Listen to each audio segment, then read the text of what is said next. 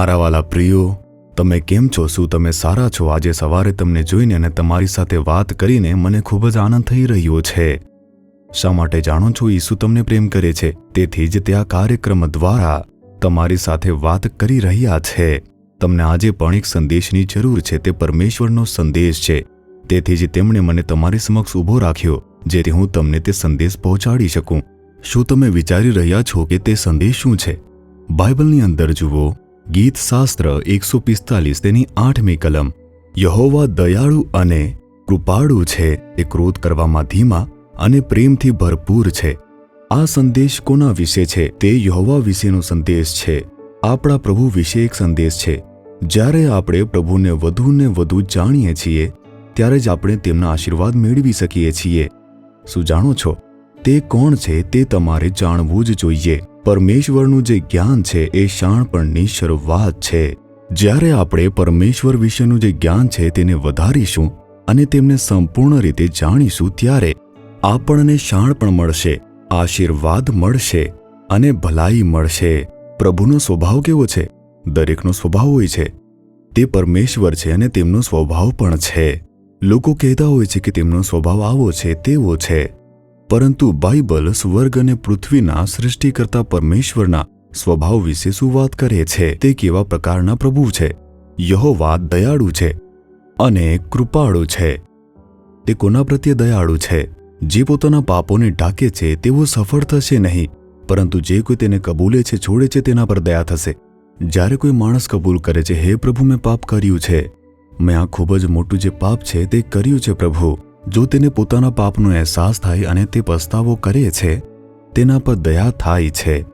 હું તને માફ નહીં કરું, તારે સજા ભોગવવી પડશે. તું એ જે અન્યાય કર્યા છે તેના હું તને ખૂબ જ દંડ આપીશ. તે આવું કહેશે નહીં. ઠીક છે મારા દીકરા, હું માફ કરું છું. ઠીક છે દીકરી, હું તને માફ કરું છું. તે ખૂબ જ દયાળુ પરમેશ્વર છે. તેથી તમારે શું મારા પાપો માફ થઈ જશે? મેં કેટલા બધા પાપો કર્યા છે, આવું વિચારવાની જરૂર નથી. તેના બદલે ઈસુ ખ્રિસ્ત પાસે આવો. હે પ્રભુ, મેં આ ભૂલો કરી છે, મેં આ ખોટું કર્યું છે, તેનો સ્વીકાર કરો.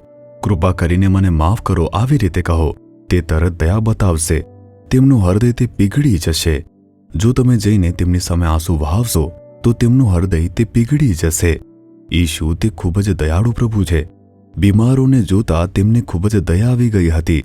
જ્યારે એક માણસ આવ્યો, હે પ્રભુ, મારા પર દયા કરો, આમ કહ્યું, ત્યારે પ્રભુએ દયા કરીને ચમત્કાર કર્યો. તે પરમેશ્વરનો સ્વભાવ છે. તે પ્રભુ દયાળુ છે. તે પ્રભુ કૃપાળુ છે. આપણે હિંમતભેર જવું જોઈએ. અરે, તે શું મને સજા કરશે? પ્રભુ શું મને ફેંકી દેશે? તમારે આવું વિચારવાની જરૂર નથી. 12 વર્ષથી લોહીની સમસ્યા હતી. તે સ્ત્રીએ ઈસુના વસ્ત્રના છેડાને સ્પર્શ કર્યો, સાજી થઈ. જ્યારે ઈસુએ પૂછ્યું કોણે મને સ્પર્શ કર્યો, ત્યારે તે ડરી ગઈ, કેમ કે તેણીને અશુદ્ધ રોગ હતો. જો તે રોગ ધરાવનાર કોઈ બીજાને સ્પર્શ કરે તો તે પણ અશુદ્ધ થઈ જતા, એવું માનવામાં આવતું હતું. તે દિવસોમાં એવી રીતે જ માનવામાં આવતું હતું અને તેના લીધે તે ડરી ગઈ. તે ધ્રુજવા લાગી. તેણી વિચારતી, મેં ઈસુને સ્પર્શ કર્યો છે, શું તે મારા પર ગુસ્સો કરશે? છતાં તેણી આવીને કહ્યું કે પ્રભુ, મેં જ તમને સ્પર્શ કર્યો છે, અને તે સાજી થઈ ગઈ હતી. હવે ઈસુ તેને કહે છે, દીકરી, તું ડરીશ નહીં. તેણી ભયભીત હતી અને ધ્રુજતી હતી. ઈસુ મને શું કહેશે? શું તે ગુસ્સેથી કહેશે, તમે મને કેવી રીતે સ્પર્શ કર્યો? તમારે પરવાનગી લેવી જોઈતી હતી. શું તે એક મોટો અશુદ્ધ રોગ નથી? પ્રભુએ તેવું ન કહ્યું કે દીકરી, દીકરી, તારા વિશ્વાસે તને સાજી કરી છે, તું શાંતિથી જતી રહે અને તારા દુઃખમાંથી તું સાજી થા. કંઈ પણ ચિંતા ન કર. હું તારો પિતા છું. તું મારી દીકરી છે. જો તું મને સ્પર્શ કરશે તો હું અશુદ્ધ નહીં થાઉં. તેથી તું ડરીશ નહીં. તે કેટલા અદ્ભુત પ્રભુ છે, તમે જોયું ને? તે કેટલા દયાળુ પ્રભુ છે. જ્યારે તમે ડરીને તેની પાસે જશો, તે કહેશે, ડરીશ નહીં.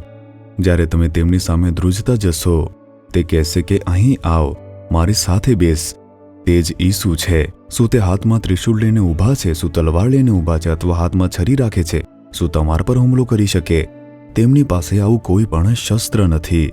પ્રેમ તેમનું શસ્ત્ર છે. કરુણા તે તેમનું શસ્ત્ર છે. દયા તેમની શસ્ત્ર છે.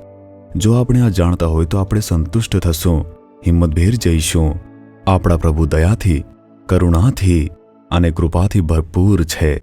એ જ પ્રભુ કહે છે કે દીકરી, આવ. દીકરા, આવ. શું ભટકી ગયો છે? પ્રાર્થનામાં નિષ્ફળ છે? શું તું નિરાશ થઈ ગયો છે? પાપમાં પડી ગયો છે? તું અહીં આવ, હું તને ઠીક કરીશ. હું તારા વિશે વિચાર કરું છું. પ્રભુ આમ કહે છે. શું તમે જોયું તે કેટલા અદ્ભુત પ્રભુ છે? શું તમે કહેશો કે હે પ્રભુ, હે ઈશુ, તમે કેટલા પ્રેમાળ છો, તમે કેટલા દયાળુ છો, તમે કેટલા કરુણાશીલ છો. હું તમારી પાસે આવું છું, નજીક આવું છું. મને માફ કરો, મજબૂત કરો, મને સુધારો, મને પવિત્ર કરો, મને સશક્ત કરો.